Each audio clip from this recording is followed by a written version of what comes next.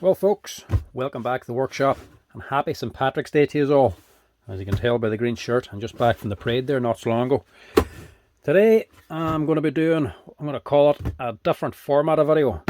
This here would have started off as a new tool teardown video, but it actually became a new tool teardown gone wrong video. So started doing this here not so long ago as a new tool teardown, but I absolutely messed it up. Made a big mistake and basically fried the machine.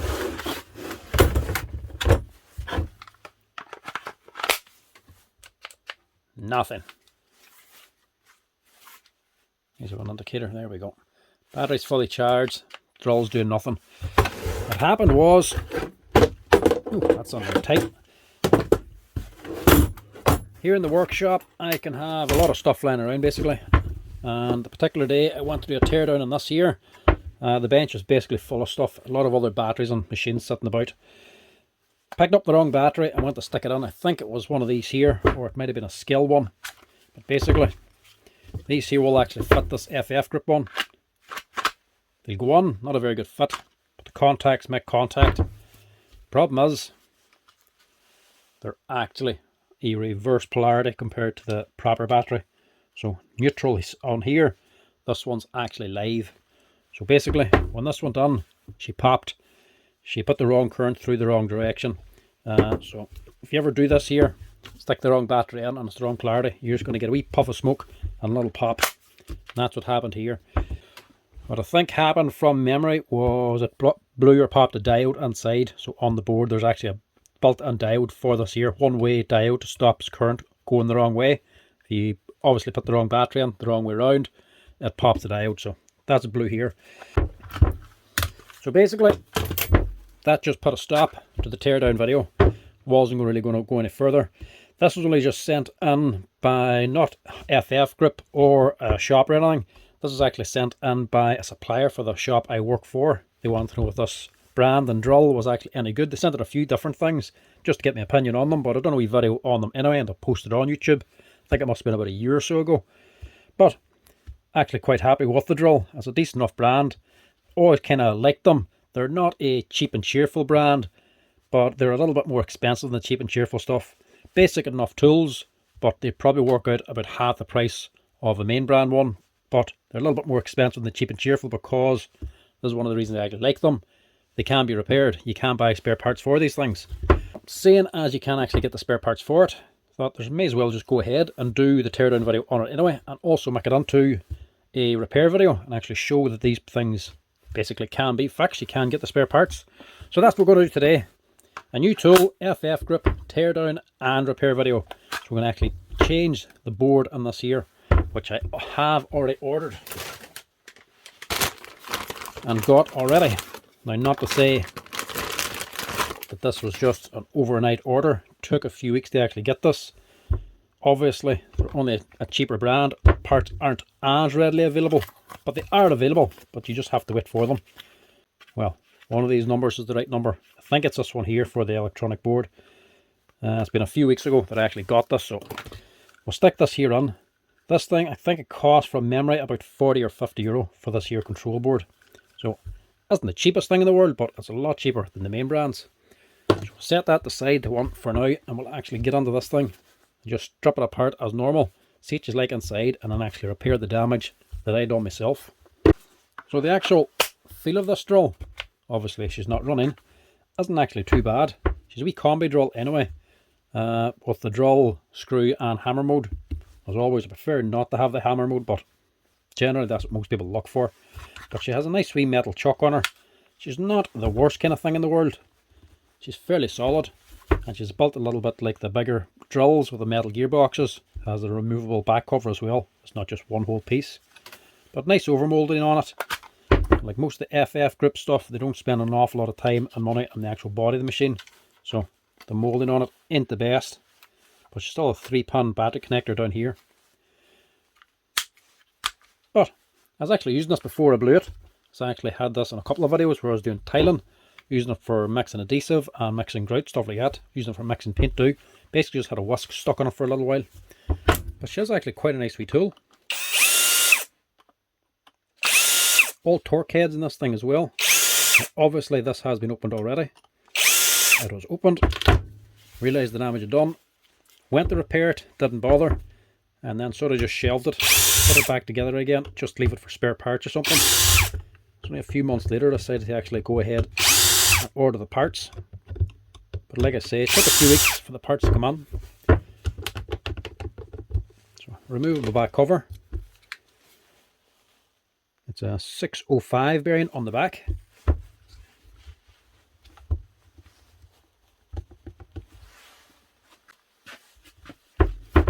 And this thing is actually a brushless motor, so these can be a little bit tight to get out. And there's not much room to get your fingers under that fan to pull it. But nice wee motor that's actually on it. Decent sized rotor. And decent sized bearing on the front too. That's probably, I would imagine, another 605.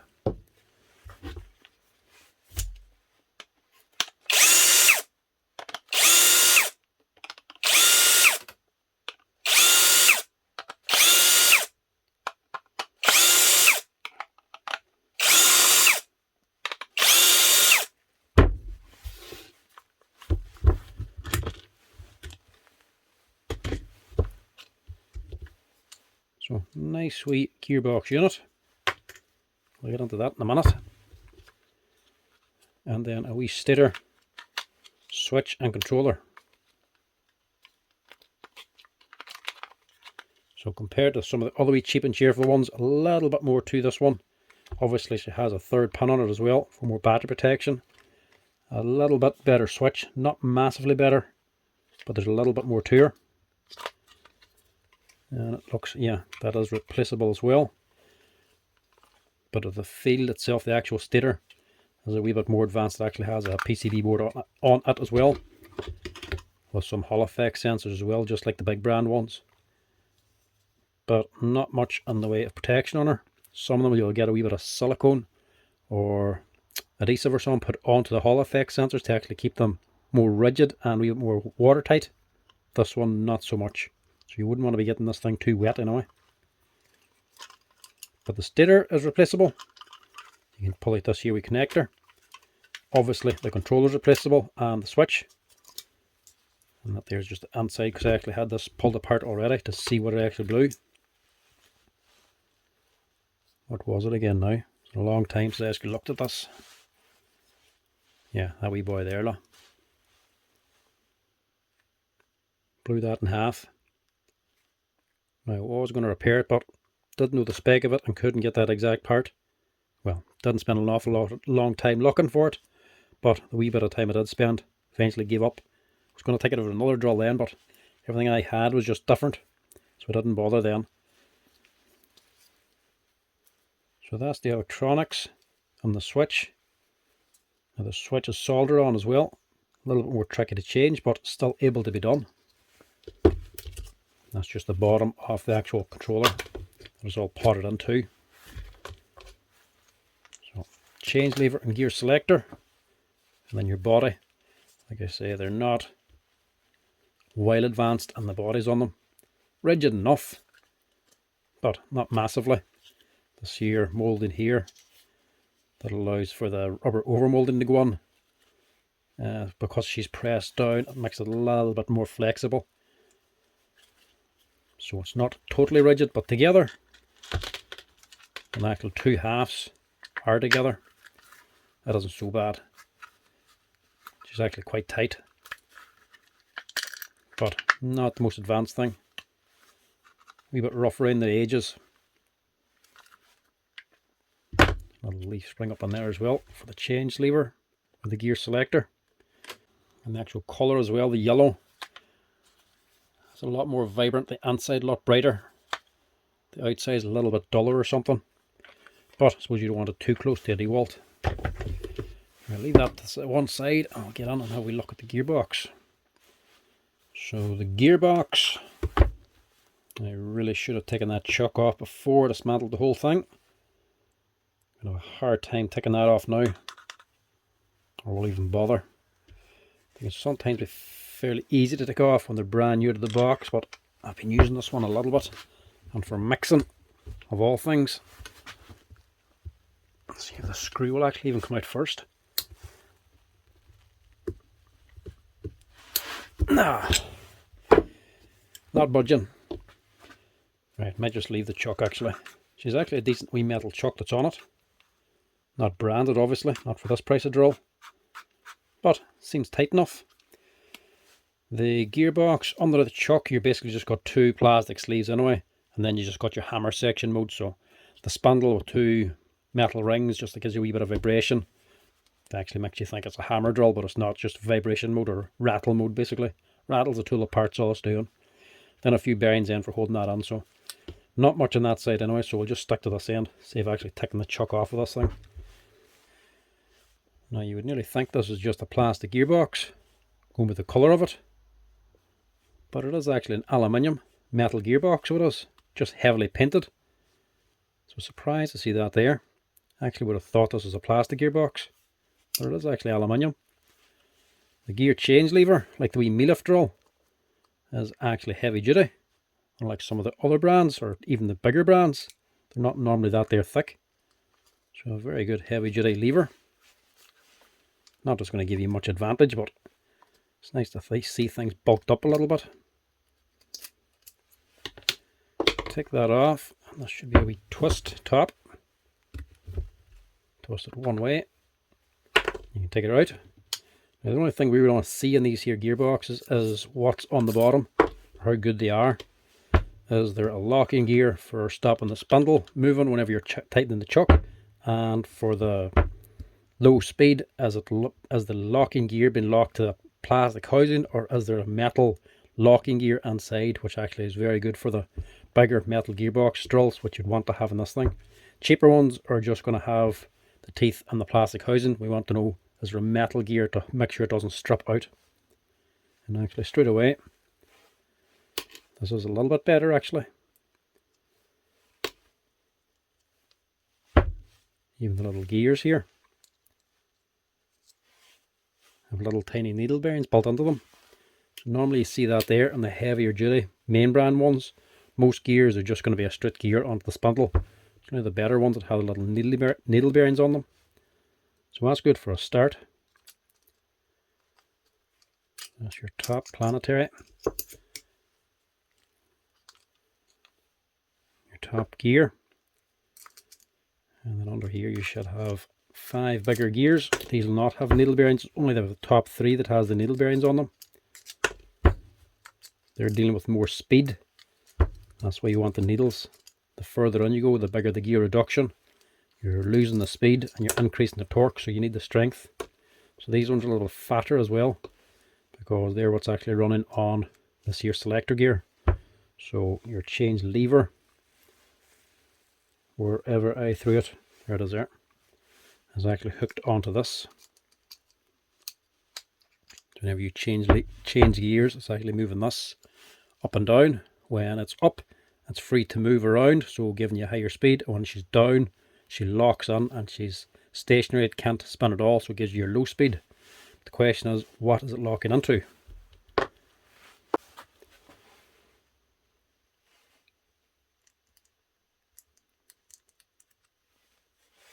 there's your bottom gear then. We get onto the rest. We need to get this here plastic housing off.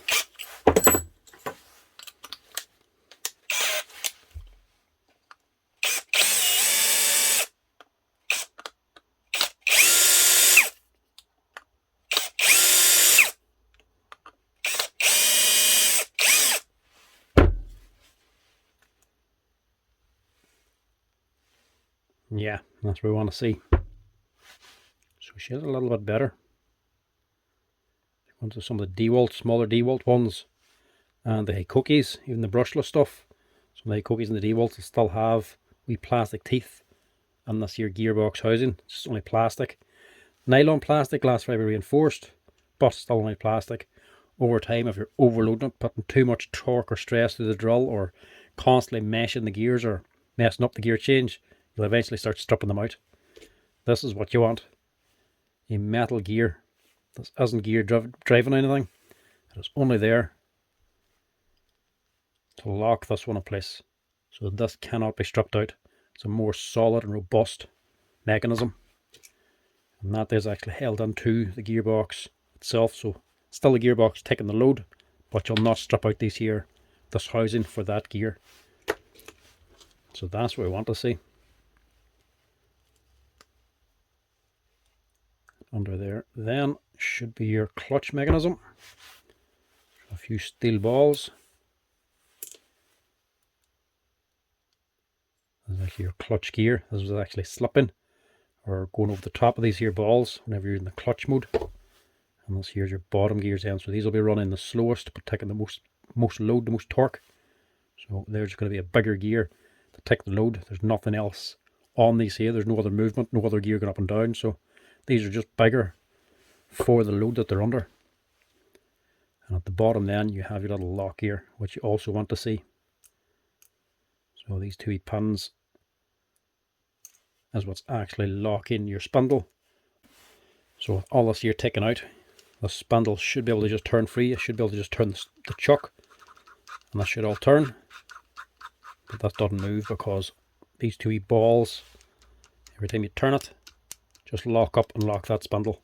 She'll not turn when you turn it this way, but she'll turn no problem when you have the gear in place. This here boy, this will actually prevent the balls from locking over and allow you to turn it. So with this on, you can turn the chuck no problem. It's a one-way system. So that just means whenever you're tightening up your chuck, you can actually tighten it up the whole way with your hand. Without that, you're just going to spin the whole gearbox. You can only tighten up the chuck to the load that gearbox spins at, basically. That there's what you want. Without that, it's more annoying than anything using the drill. Like this here one, for example. This is the wee Katsu one.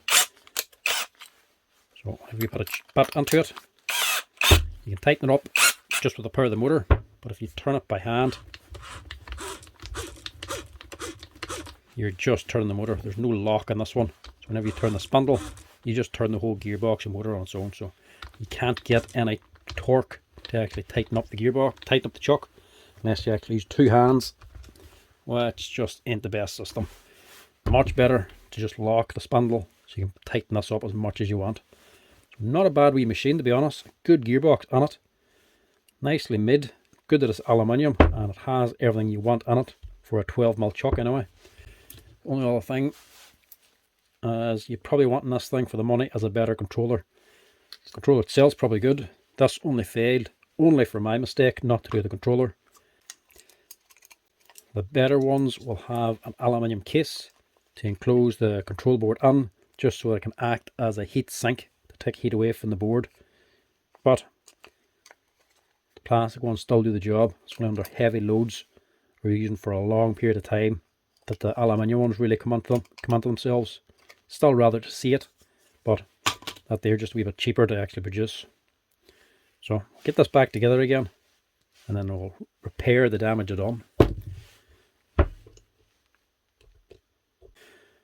Now the spindle is just two wee rollers, and this here wee bow tie basically is actually what's driving the spindle. If you wanted, we could actually take this chuck off now. If you got a flat socket that fitted this here, take them two boys out, put a socket on, get the screw out, and you can just untorque the actual chuck with an Allen key or something if this here spindle's locked. But like I say, there's not much advantage on it. We'll just leave it at that for tonight. More so we want to get this up and running again just.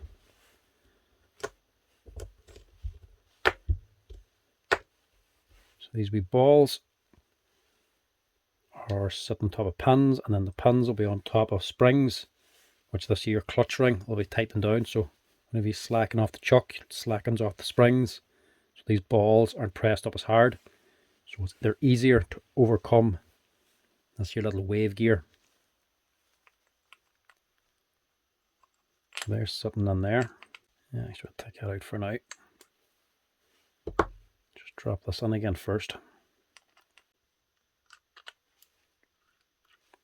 Easier to put that on first. Then your wee wave gear. Your last gear.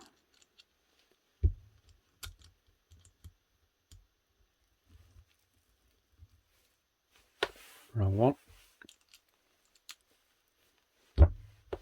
Thicker spindle, so you can only put these gears on, you can't interchange them.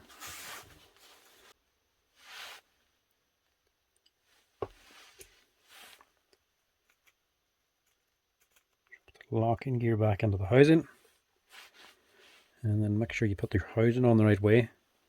So your markings up here will be the top, and these two pins are also the top. That's where the actual lever hooks onto. So make sure they're there.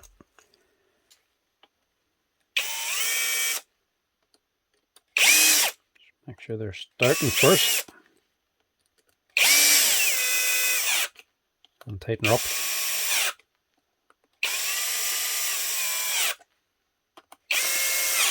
And obviously just make sure the housing is going to hold it down. Sometimes if the wee balls jump out or something's not lined up right, there'll be a gap. Make sure there's no gap there. Your selector can go back in. Big gear.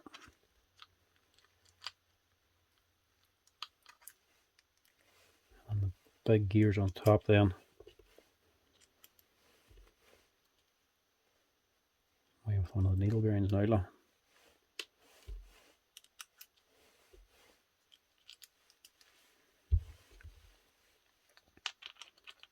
It's easier to put the small gears on afterwards.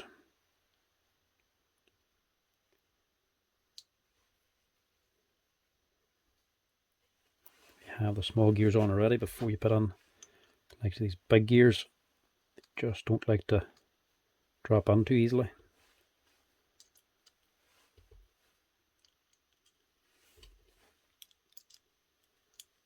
Drop them all in. Make sure you're in the spindle. Metal washer on top. The top plate then. It just twists back into place. That actually locates under the gearbox housing too, to help locate it. So that's the gearbox. Not a bad wee setup, to be honest.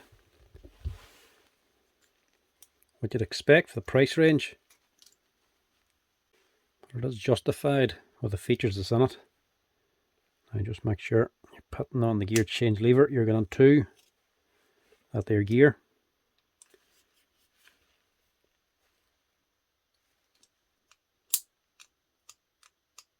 That one's actually dropped on already. And onto the right spot. You can test if you're right by just sticking the armature on. It'll turn, but just see how fast your chuck turns. So it's running slow. That's running a little bit faster. So that's what you want. Right. Let's get on to the main bit now. Tear down done basically. Let's get on to the repair side of things. Change this controller. So solder and a wee soldering iron. The actual part itself, everything's actually coming pre-tinned. You have one wee strip connector. Everything else has to be soldered on. So imagine there are 2 wires for your switch, and that's a wee power wire coming to feed the actual board, and your 3 wires to your stator then. So you have to change these as well, which actually isn't as hard as it looks. They're potted on, but not exactly securely. That's very easy to take off. So we're taking these 3 out here, and make sure you put them on right. The connector just pops out, and they're not going to the switch. Actually, these are going to the actual battery terminal. Sorry, which would make more sense. So more stuff on here. Hopefully, again, it's not as tight. That breaks off fairly easily, actually.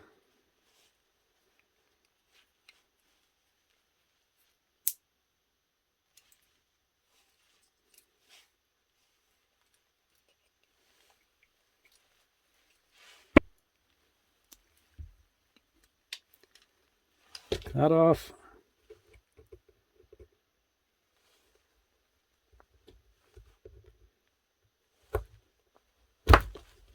And don't stab your finger.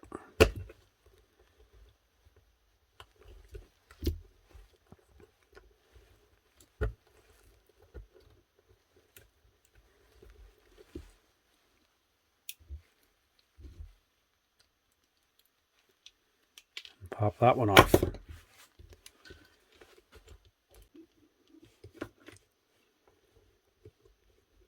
Very small area to be holding.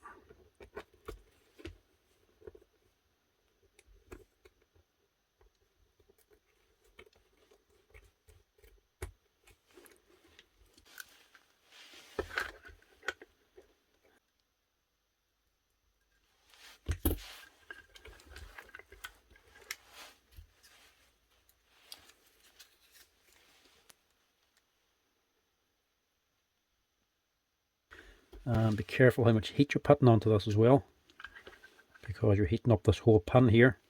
If it gets too hot, it's just going to melt the plastic. That's all this is held in by. So be careful how much you're putting on.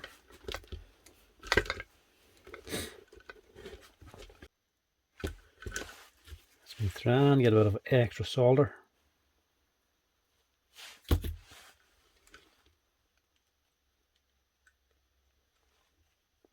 That'll help melt it, and it'll come out a little bit easier. Never makes it easier because you don't want too much heat going onto it. Now this sleeve is actually the one going to the switch, and the smaller one is the one feeding the controller to power the electronics on the control board itself. So they need to go on together, which is a little awkward. Maybe that's what the actual glue was for. Maybe they glued these on first before trying to solder them, which would make a lot more sense and be easier, because this can be a bit tricky.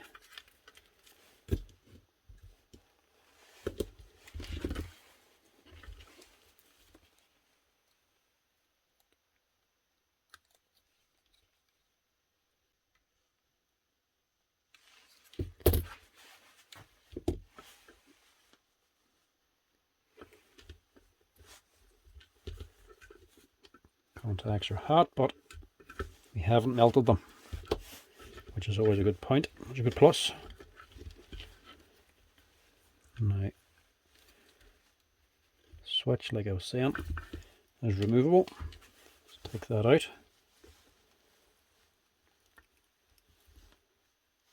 What way are we now?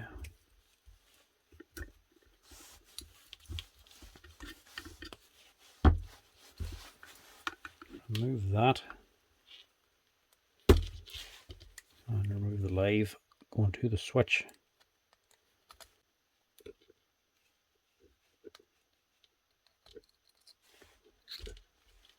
Pop that out. Get yourself a little hole.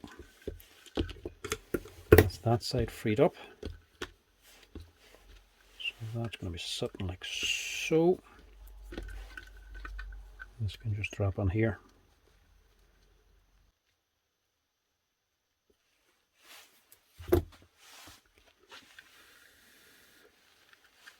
Now we just have the field itself.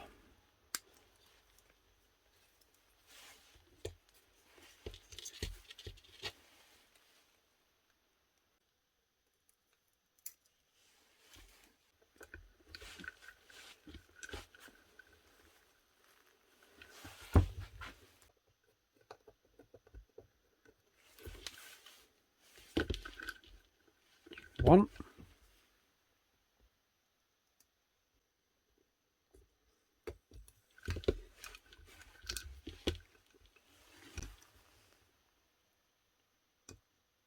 You can get a solder sucker and suck out excess solder from the hole to free it up. Or you can press the actual soldered end of the wire against the hole where it's meant to be, heat up the solder, and then when it's solidified, then it'll actually push through. A little bit more risky though, because it requires a little bit more heat. You don't want to have the heat on the board for too long.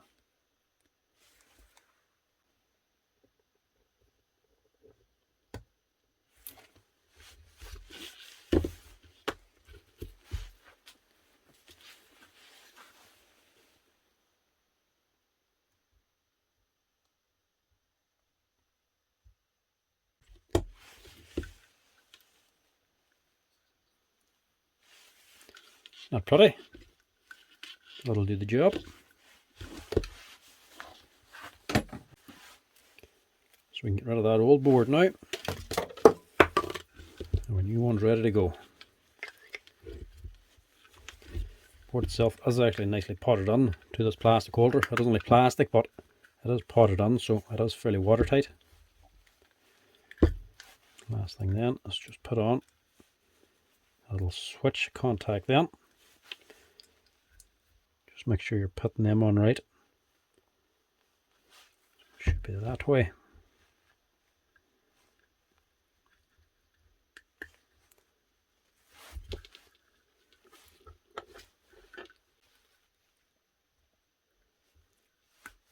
That's it. All ready to go again. We hope anyway. When you're buying a cordless tool and you're paying a wee bit of money for it, you do expect it to be repairable. And these actually are.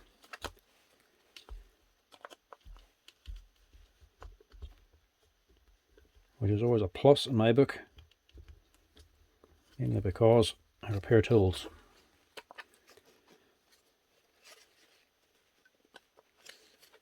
So that should be getting into the housing here. Like that. It should click in. Field wires are tucking down here. And the switch wires, we're looking for finer wires for the field, are sitting behind the switch. I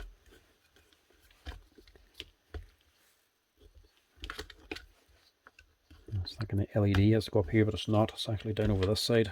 So that's tucking around here.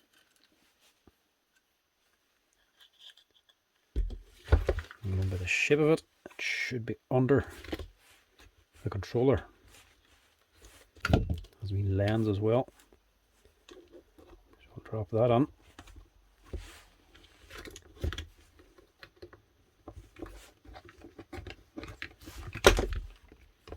So new wiring and controller is always difficult to just get into place because you're trying to ship everything. But if you take your time, just take note of where the old ones were and just look at the way everything's fitting. They should slide back together fairly easily. If you force anything, it's not right. Containers in there.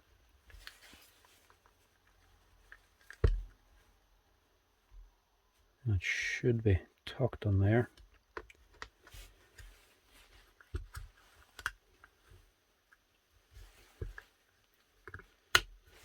There we go.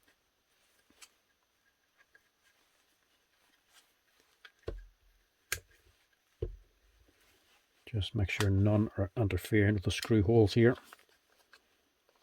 We're just going to cut through them when you put the screws back in. It's actually a tight wee switch that's on there too.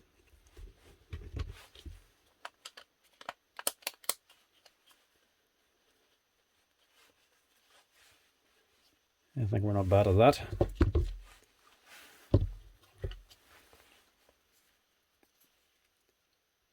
Now this I don't actually need to fix, but don't like to have an extra tool liner in the workshop with a battery not been used, so may as well just get her up and running again. She might be good for spare parts, but I don't know when I'll be getting one of these on for repair.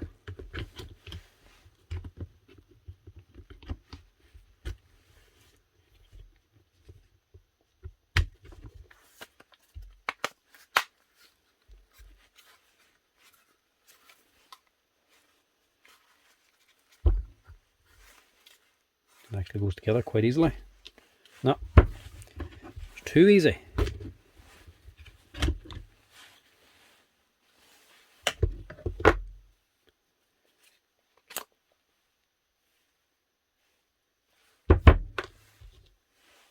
This little spring needs to go on too.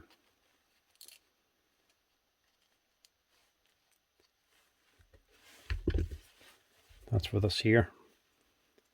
Your slide locking in your 2 gears. Like that, it's not going to really give a good feel as if it's locking into place.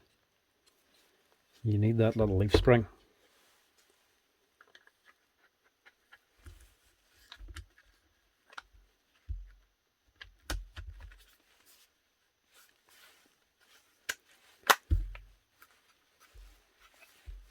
Because you care quite well. I'd imagine there was 2 leaf springs in there to begin with because the housing's the same on both sides. I'd imagine they either pulled one out to save half a cent, or they took one out because it's hard to assemble. It might have been dropping out when you're assembling it, or it might have actually been just too tight.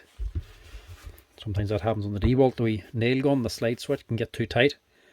If it corrodes at all, they become impossible to move. What you do is actually open it, take one of the leaf springs out completely, so you can actually operate the slide switch again. Maybe that could have been the same thing, but I would say there was definitely 2 of them in at some stage.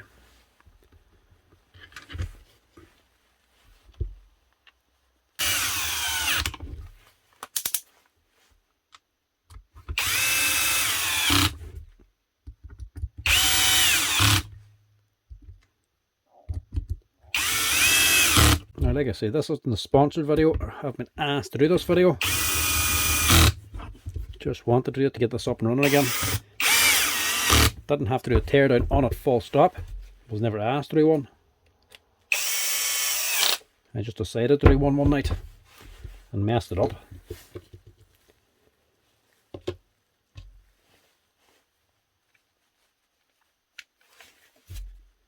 But inside, they're not a bad wee machine. Like I said, they're not as cheap as the normal cheap and cheerfuls, but they're a little bit better built. And you can get all the spare parts. And these FF Group ones actually have a really good warranty. I think it's like an actual 3-year warranty with these. And as well with a lot of brands, even the big professional ones, you can actually buy them, pay a lot of money for them. The smaller ones especially, the ones that are lighter duty, would say, but they aren't actually sometimes covered by the warranty because they class them as not professional. These here are even covered with a full 1-year warranty for professional use. So they really do look after you. And their black range stuff then is proper professional stuff. These yellow ones, you would class them a wee bit more semi-professional or DIY. But we see a lot of actual hire shops especially actually buying the actual hammers to hire out, because they are good quality machines, they do the work,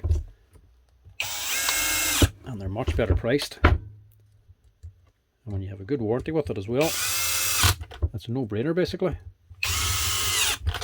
So that's our one wee FF Group drill, hopefully up and running again with a new controller. So that is the first new tool teardown and repair video. Make sure it actually works now. Look at that.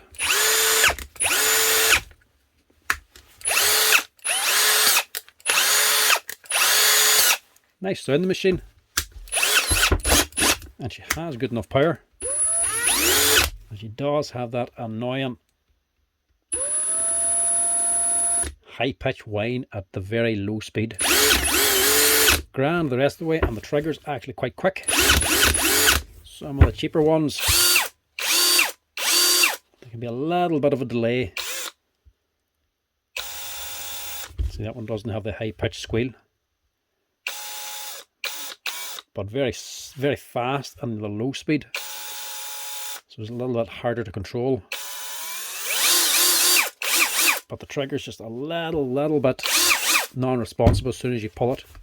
This here one, it's very quick. Plus the low speed's a little bit better, but that high pitch whine can be a little bit annoying at times. But decent wee machine. And when they're lower priced, good quality and repairable, they're a 1-1 for me. So that's her. One FF Group 20 volt Pro drill. What model was she?